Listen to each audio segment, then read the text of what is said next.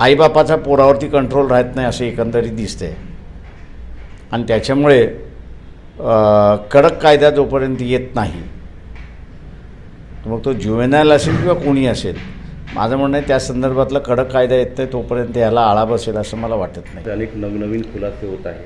अग्रवाल कुटुंबियांना वाचवण्याचा प्रयत्न नेमकं कोण करतात? अनेक मोठ्या मोठ्या नेत्यांची नावही त्याच्यात येतात. ते पहिल्यांदा असणारा अग्रवाल बरोबर असणारा बिल्डिंग कॉन्ट्रॅक्ट किंवा असणारं एग्रीमेंट्स कोणाकोणाबरोबर आहेत त्याचा पहिल्यांदा असणारा शोध घेतला पाहिजे आणि मग त्याच्यानंतर आपल्याला कळेल की त्याच्यामध्ये कोण कोण आहे ते.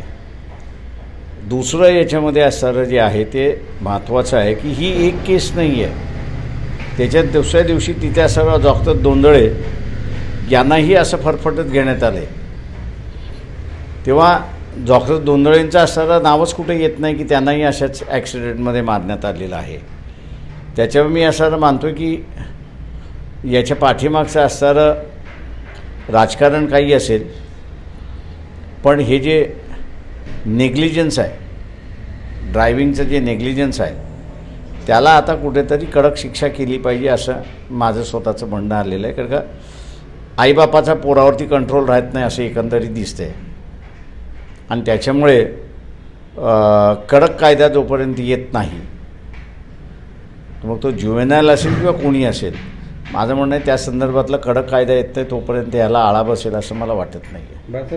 अग्रवाल कुटुंबियांना काही बड्या लोकांचा म्हणजे राजकीय लोकांचा असेलही आत त्यांनी कुठल्या कुठल्या पक्षाला पॉलिटिकल डोनेशन दिलेलं आहे ते त्याची चौकशी करण्यात यावी.